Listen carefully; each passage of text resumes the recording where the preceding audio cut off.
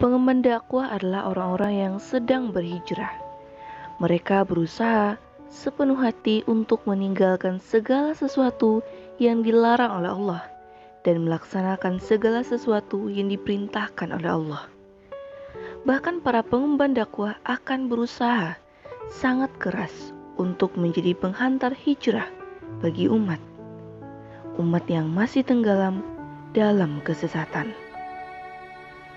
Pengemban dakwah akan terus membesarkan pengaruh Islam terhadap diri umat dan mengajak umat untuk kembali kepada Islam kafah yang tidak hanya mengatur perkara individu saja, tapi juga perkara masyarakat hingga penerapan hukum-hukum Islam dalam skala negara.